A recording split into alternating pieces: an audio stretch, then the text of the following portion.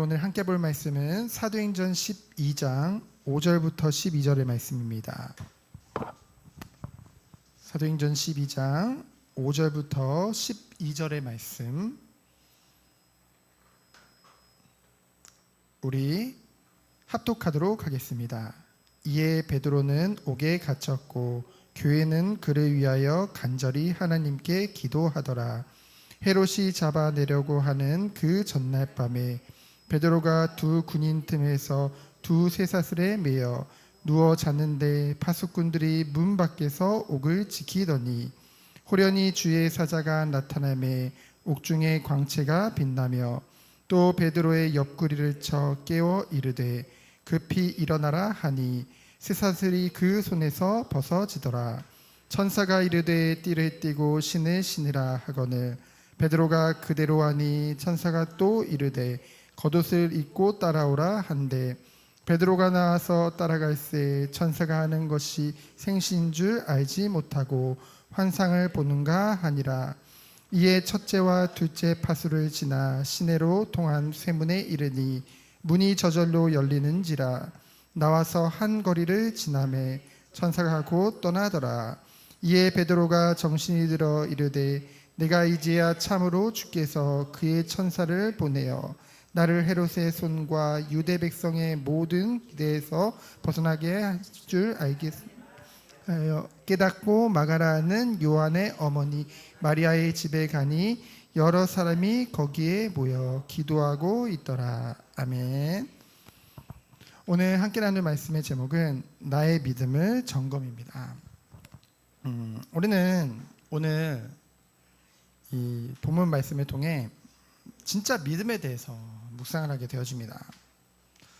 여기 계신 모든 성도님들은 믿음이 있죠. 제가 하나님을 믿느냐라고 물어봤을 때 한 분도 잘 안 믿어지는데요 하시는 분은 안 계실 거예요. 다들 우리는 믿음을 가지고 있다고 생각을 하죠. 저도 인정합니다. 왜냐하면은 사실 믿음이 없다면은 이 예배 자리에 나오는 것이 사실은 쉽지 않은 일이 되거든요. 이런저런 이유가 있기에 물론 정말 어쩔 수 없는 경우가 대부분이겠지만은 그런데 이제 예배가 있음에도 불구하고 올 수 있는데도 안 오는 것은 한편으로는 우리의 신앙을 조금은 생각해 볼 필요가 있습니다. 이번 주 주일 예배 때 3대지를 통해 그리고 결론 부분을 통해 우리가 말씀을 나눴죠. 결국은 우리가 무엇을 놓고 싸워야 되냐? 우리의 예배 중심을 놓고 싸워야 된다고 했죠. 왜냐하면 결국은 이 예배 중심으로 삶의 중심에 예배를 두지 않으면요 모든 것이 잘 되는 것 같지만은 잘 될 수가 없어요. 왜 그렇습니까?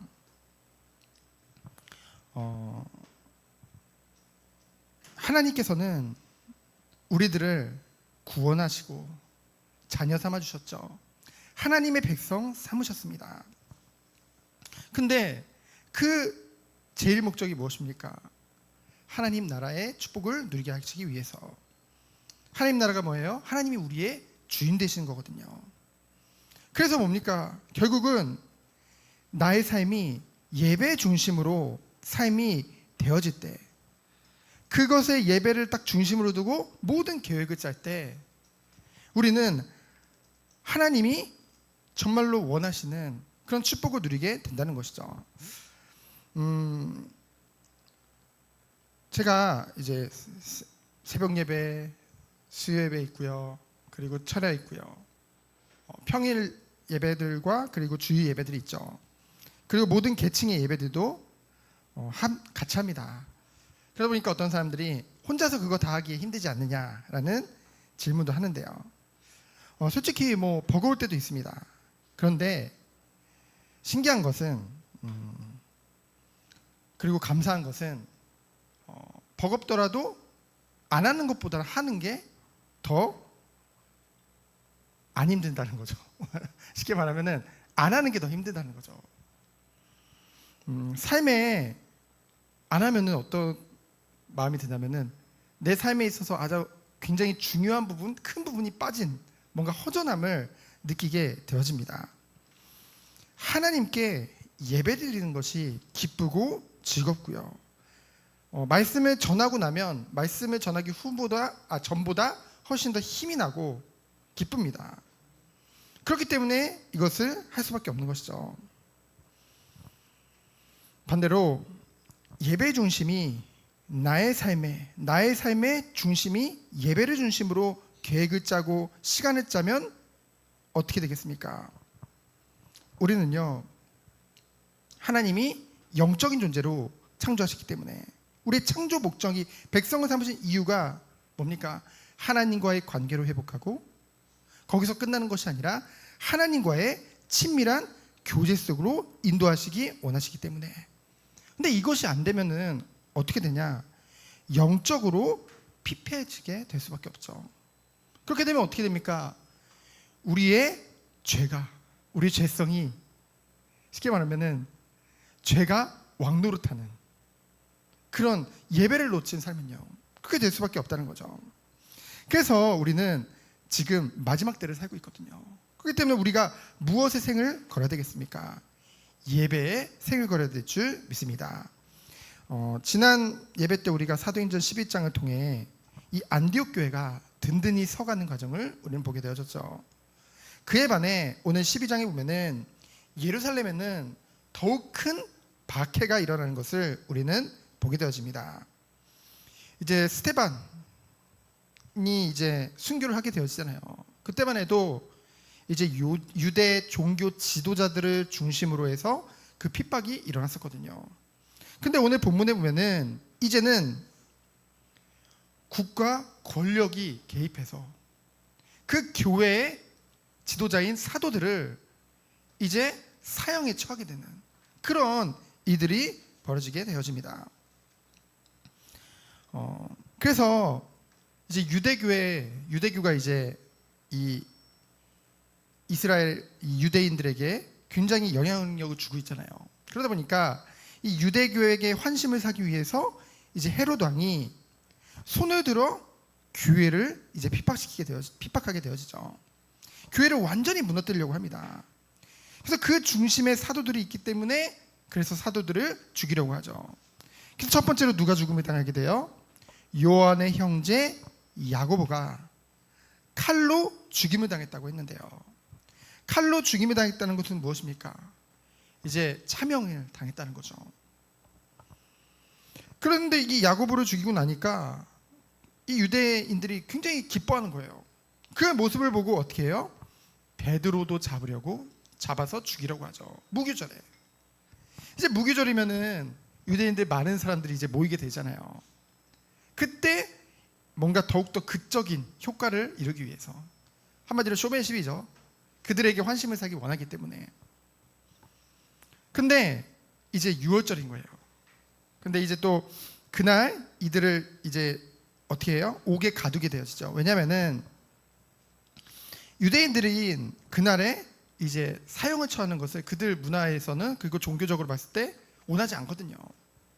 그래서 이제 먼저 베드로를 잡아서 옥에 가두고 이제 다음날 이제 이후에 죽이려고 합니다. 그래서 첫 번째로 뭡니까? 옥에 갇힌 베드로죠. 죽음입니다. 죽음. 5절로 6절에 보면은 죽을 수밖에 없는 위기에 처하게 된 거예요. 근데 5절에 보면 뭐예요? 12장 5절에 보면은 베드로는 옥에 갇혔고 교회는 그를 위하여 간절히 하나님께 기도했다고 했죠. 근데요, 6절에 보면은 결코 인간의 힘으로는 탈출할 수 없는 아주 삼엄한 그 경비 체제를 우리는 보게 됩니다. 뭐냐면요, 6절에 보면은 어떻게 돼요? 두 군인 틈에서 이제 베드로가 두 쇠사슬에 매요. 어떻게 하냐면요, 보통은 죄인이 있으면 이 시대에 그냥 아주 강력 범죄를 저지른 사람한테는요, 군인이 직접 옆에서 한 명이 이제 그 쇠사슬을 군인에게도 차고 그리고 이 죄인에게도 차고, 그래서 절대 못 도망가게 했거든요. 근데 이 베드로는 뭐예요? 양쪽에서 그 사이에서 이제 베드로가 이제 잠을 자게 된 거예요.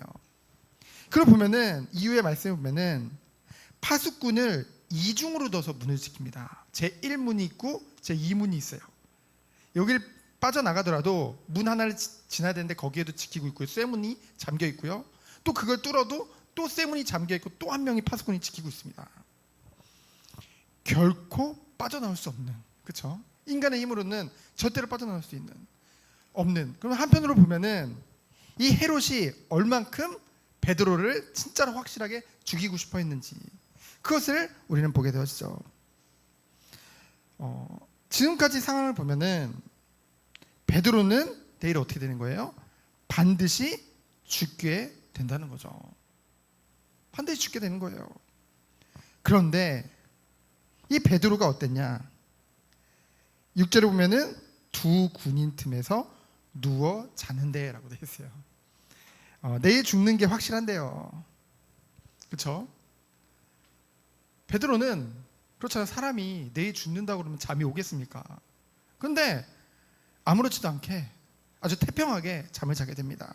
왜 그랬을까요? 몰래 예수님이 요한복음 22장에 베드로가 죽을 것을 예언하셨죠. 근데 그만큼 베드로가 믿음이 있었던 거예요. 어떤 믿음이요? 정말로 생명을 아깝지 않을 만큼 하나님의 가치 있는 일을 위해서 자신이 순교하는 것을 아깝지 않을 만큼, 그리고 하나님을 믿었기 때문에, 영원한 천국을 믿었기 때문에 죽음에 대한 두려움 또한 없었던 것이죠.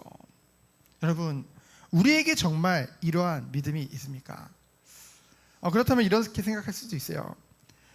둘 다 사도인데 왜 야고보는 바로 이제 차명을 당하게 되어지고 베드로는 이제 하나님이 구해주셨냐? 이건 불공평한 게 아니냐? 하나님이 베드로만 편애하시냐? 그건 아니죠. 이 야고보의 그 순교의 피를 통해서 그 초대교회의 그 토양이 더욱더 든든히 세워지는, 그렇게 쓰신 거고요. 그리고 베드로는 아직 할 일이 있는 거예요. 아직 사명이 남은 겁니다. 베드로가 그 예루살렘 교회와를 더불어 모든 교회의 그 시대 최고의 지도자였잖아요. 아직 할 일이 너무나도 많다는 거죠. 여러분, 우리는요, 병에 걸려서 죽을 수도 있고 사고로도 죽을 수도 있고 죽음에 대해서는 많은 여러 가지 이유들이 있겠죠. 그런데 중요한 건 뭡니까? 하나님의 백성에게 있어서는요, 다른 것이 아니라 사명이 다하는 날 하나님이 불러가는 것인 줄 믿습니다. 그래서 우리는요, 죽음을 두려워할 필요가 없는 거예요. 평안할 수밖에 없는 거죠. 그것이 바로 첫 번째 우리가 가질 믿음입니다. 죽음 앞에서도 담대할 수 있는. 우리 예전에 아파트에서 막 불났다고 계속 밤새 울리는 거예요. 그래서 문을 열었더니 사람들도 난리 났어요. 그리고 플라시보 효과인지 모르겠는데 문을 열고 나니까 막 진짜 탄 냄새가 올라오는 것 같아요. 밑에 집 아저씨가 갑자기 탄 냄새 나죠? 막 이러면서. 근데요, 저는 솔직히 무섭지가 않은 거예요. 두렵지가 않은 거예요, 별로. 불의 무서움을 몰라서가 아니라 두렵지가 않더라고요. 왜냐하면은 그 순간에도 하나님이 함께 하심을 믿어지고, 그리고 정말로 이것이 믿어졌어요. 하나님이 나를 오늘 하루를 시작하게 하시는 것도 하나님의 일을 위해서 나를 오늘도 사용하시기 위해서 나에게 생명을 연장해 주시는구나. 그런 믿음이 있거든요. 그래서 우리는요, 어떤 상황 속에서도 평안할 수 있는, 정말 베드로와 같이 정말로 당장 내일 죽는 것이 인간적인 생각으로는 확실함에도 불구하고 정말로 기쁜 마음으로, 그냥 평안한 마음으로 잠을 잘 수 있는 그런 믿음이 우리 성도님들이 있기를 예수 그리스도로 축원드립니다. 그래서 두 번째는 뭐예요? 이제 감옥을 탈출하는 과정을 통해 우리 성도의 삶에 대해서 좀 생각을 하게 되어집니다. 여러분, 우리의 삶은 어떤 삶인가요? 이런 말 많이 하잖아요. 하나님이 주인된 삶. 모든 것을 하나님이 주인되셔서 하신다. 그런데 그에 반해 또 말씀을 보면은 행함이 없는 믿음은 죽은 믿음이다라고 말하고요. 또 일하기 싫은 자는 먹지도 말라 말도 하죠. 구원은 전적인 하나님의 은혜입니다. 그런데 한편으로는 또 구원을 두렵고 떨리는 마음으로 우리 보고 이루라는 명령도 함께 하셨다는 것이죠. 오늘 탈출 과정을 통해서 모든 것이 하나님의 주권 안에 이루어지지만은 또한 하나님은 우리에게 자유의지를 허락하셨거든요. 허용하셨거든요. 그것에 대한 균형 잡힌 우리의 믿음이 필요하다는 거죠. 그럼 첫 번째로 7절에 보면은 이제 천사가 나타났어요. 주의 사자가. 광채가 비친다는 것은 눈이 부신다는 거죠. 여러분, 사람이 자다가도 웬만한 사람들은, 진짜 깊이 자는 사람도 있지만 웬만한 사람들은 갑자기 불 켜면은 어떻게 해요? 깨져. 저 같은 경우는 100% 깨거든요. 누가 불을 확 켜면은. 근데요, 이 광채가 비쳤음에도 불구하고 어때요? 베드로는 얼마나 평안하게 쿨쿨 잤는지 일어나질 않아요. 그러니까 어떻게 했대요? 이제 옆구리를 쳐서 깨웠다고 했죠, 천사가. 근데 9절에 보면은, 7절에 보면 뭡니까? 쇠사슬이 그 손에서 벗어졌어요. 그렇죠? 그리고 10절에 보면은 첫째, 둘째 파수꾼을 그 문을 지나가는데 쇠문이 어떻게 됐대요? 저절로 열렸다고 했죠. 인간, 그 베드로 스스로는 결코 할 수 없는 일입니다. 누가 하신 거예요?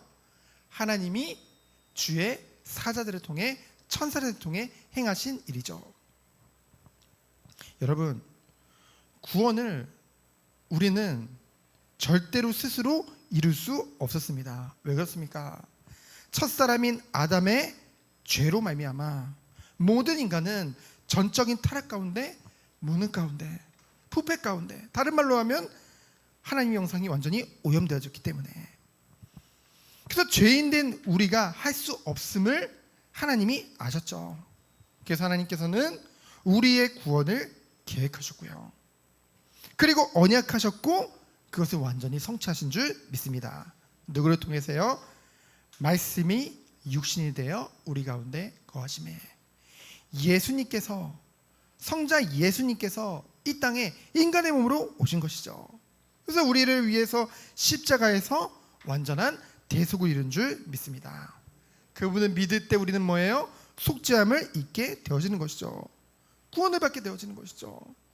그래서 이 구원은요, 이 모든 죄책을 예수님이 다 해결해 주신 거예요. 이 모든 죄에 대한 책임을. 얼마나 감사합니까? 그렇다면 우리의 삶은 앞으로 어떠해야 되겠어요?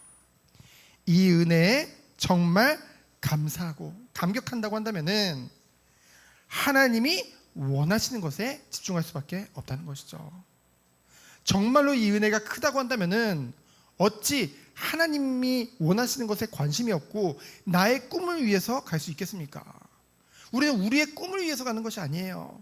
정말 하나님이 우리를 통해 하실 일을 기대하며 그것을 바라보며 표대를 향해 달려가는 것이죠. 그럼 8절에 보면 뭐라고 했습니까? 8절부터는 이제 우리들이 할 일이에요. 뭐라고 했어요? 띠를 띠고 신을 신으라. 그리고 뭐래요? 겉옷을 입고 따라오라고 했죠. 에베소 6장에 보면은 하나님께서 우리 보고 전신갑주를 입으라고 했습니다. 하나님의 전신갑주. 우리가 이 시대에 영적으로 무장해야 될 이유는 무엇이겠습니까? 우리는요, 우리 자신을 볼 때 결코 선한 것이 없습니다. 연약하죠. 죄가 가득합니다. 거기다가 사단의 유혹은 끝날까지 계속될 것입니다. 그렇기 때문에 말씀하셨잖아요. 마귀를 대적하라? 그러면 어떻게 한대요? 그러면 피하리라. 정말 분별력이 우리에게 없으면은요, 이미 그리스도께서 마귀의 권세를 완전히 멸하셨음에도 불구하고 끝날까지 계속 우리를 유혹하고 속인다는 거죠. 그래서요, 하나님이 우리에게 입혀주신 그 복음의 은혜의 옷을 입고 자기를 부인하고 자기 십자가를 지고 주님을 따르는 삶, 그것이 바로 성도의 삶인 줄 믿습니다. 그래서 성도의 삶은 뭐예요? 하나님이 주신 그 복음의 은혜를 누리며, 그럼 세상 가운데 육신을 가지고 살아가는 그 동안 영적으로 무장하고 깨어서 끝까지 싸우며 나가는 거죠. 오직 주님을 따르는 그런 삶을 살아가는 것입니다. 그것이 바로 성도의 삶이라는 것이죠. 그럼 마지막으로 뭡니까? 베드로와 집에 모여서 베드로를 위해 간절히 기도했던 자들의 반응을 통해, 이 베드로가 돌아왔을 때 그것을 통해서 우리는 무엇을 볼 수 있냐면요, 기도라는 부분을 우리는 생각하게 되어집니다. 베드로가 9절에 보면은 하나님이 지금 베드로를 방금 나눴듯이 6절로 8절에 보면은 베드로를 감옥에서 탈출시키셨잖아요, 하나님 능력으로. 근데 생시인지 알지 못하고 이게 환상인가 이러고 있었어요. 그러다가 11절에 보면은 이제 딱 나와서 길을 건너고 나니까 찬바람 탁 부니까 그제서야 정신이 들어서 그제서야 깨닫죠. 아, 하나님이 나를 그 감옥에서 구해내주셨구나. 죽음의 위기 가운데 나를 구하셨구나. 그것을 깨닫게 되어집니다. 그래서요, 하나님은요 지금도 우리를 통해 하나님의 일을 하고 계시는데요, 우리는 응답이 없는 것 같지만은 우리가 지금 여기 서 있는 것 자체가 하나님의 응답이거든요. 그럼에도 불구하고 우리는요, 깨닫지 못하면 수많은 하나님의 은혜와 응답과 그런 인도하심과 섭리하심 속에 있음에도 불구하고 우리는요, 아, 진짜 하나님이 살아계시나? 아, 우리에게 진짜 응답이 있는가? 이렇게 착각하는 수가 너무나도 많다는 것이죠. 그래서 우리들은 뭐예요? 영적으로 깨어 있어야 돼요.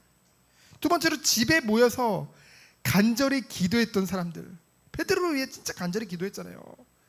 이 베드로가 찾아오는 순간에도 기도하고 있었다니까요. 근데 정작 13절에 베드로가 문을 두드리니까 이제 로데 여자아이, 어린 여자아이 로데가 이제 뛰어나가죠.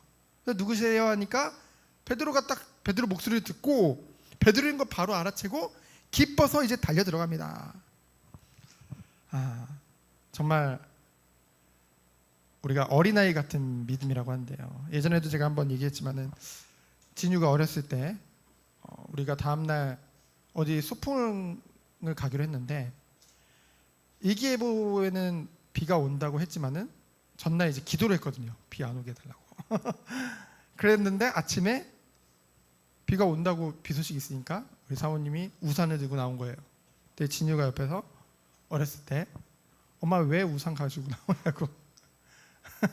우리 어제 기도했는데 왜 우산 가지고 나오냐고. 결국 그거거든요. 그렇죠? 이들은요, 베드로가 잡혀가는 순간부터 간절히 기도했다고 했어요. 그리고 베드로가 이제 풀려나서 찾아오는 그 순간에도 기도하고 있었는데,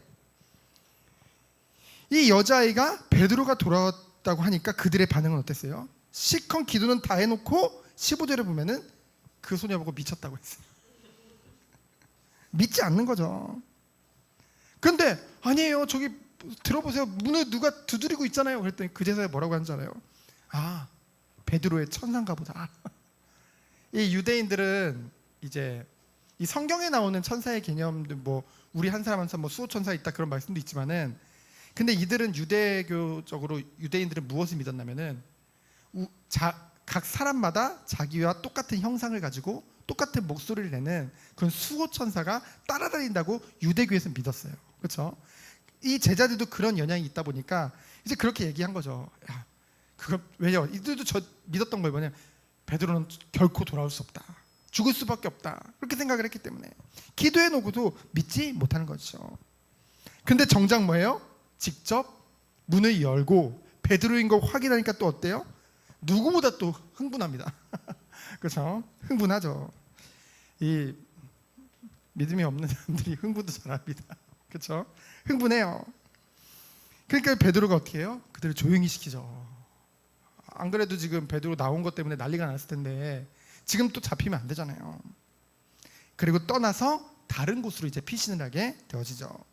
그 나리샘에 뭐 소동이 일어나고 이제 파수꾼이 이제 죽임을 당하는 일도 벌어지게 됩니다.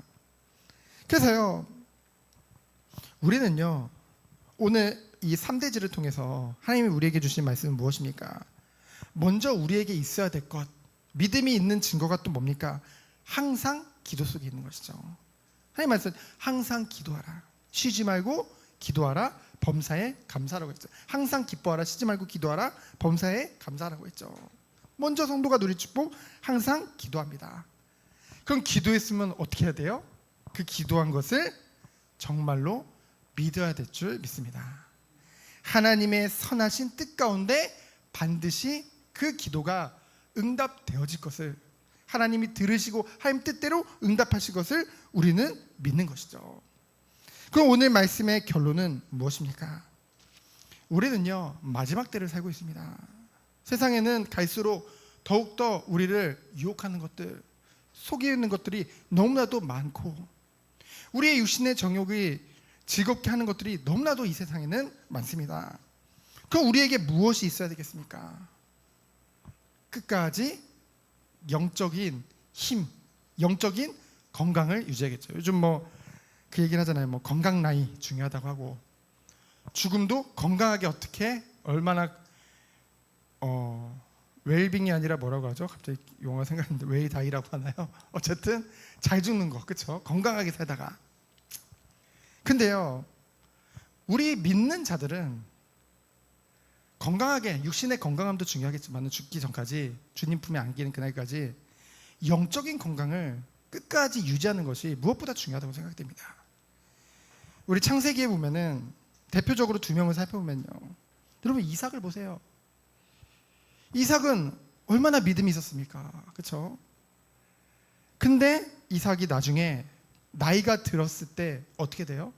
뒤로 갈수록 이제 하나님이 분명히 언약하셨음에도 불구하고 야곱이 아닌 에서에게, 그래서 자기 기준에 따라, 그 세상 기준에 따라 에서를 축복하려고 하잖아요. 그렇죠? 하나님 막으시죠.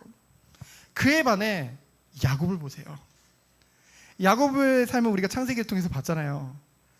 얼마나 처음에 인본주의 많이 쓰고 불신앙하고요, 거짓말도 잘하고요.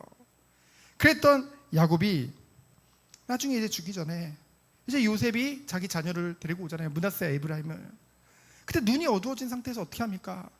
그 오른손을 들어서, 오른손을 하나님의 권능을 상징하거든요. 그 모든 장자의 축복을 상징하거든요. 그것을 차자인 에브라임 손에 이제 엇갈려가지고 이제 축복을 하려고 할 때 어떻게 해요? 요셉이 아버지가 눈이 어두워가지고 지금 좀 세상 분간을 못하나 보다, 그래가지고 그 손을 이제 바꿔주려고 할 때 뭐라고 합니까? 야곱이, 아들아 그러지 마라, 나도 안다. 그렇죠? 그러면서 누구를 축복해요? 이제 차자인 에브라임에게 이제 그 장자의 축복을 다 주는 것을 우리는 보게 되어집니다. 오히려 뒤로 갈수록 더욱더 야곱은 쉽게 말하면 영적으로 더 건강해지는 거죠. 그렇죠? 우리도 이 축복을 누리길 원합니다. 근데 그것에 있어서 가장 중요한 것은 무엇입니까? 우리에게 허락하신 것, 바로 예배의 축복이죠. 그래서 우리가 서론에 말씀드렸듯이 우리는 정말 예배에 생을 걸어야 됩니다. 우리의 삶의 중심에 예배를 두고 모든 시간표를 짜는 것이 가장 신앙생활의 기초요, 가장 중요한 줄 믿습니다. 그래서 예수님의 영님과 같이 우리는 마지막 때 모이기를 힘쓰며 하나님께 영광 돌리는 우리 모든 성도님들 되어지기를 예수 그리스도 이름으로 축원드립니다. 이 시간 기도합니다. 하나님 감사합니다. 하나님이 원하시는 참된 믿음 가지고 승리하는 우리 모든 성도님들로 주께서 축복하여 주옵소서. 살아계신 예수 그리스도 이름으로 기도합니다. 아멘.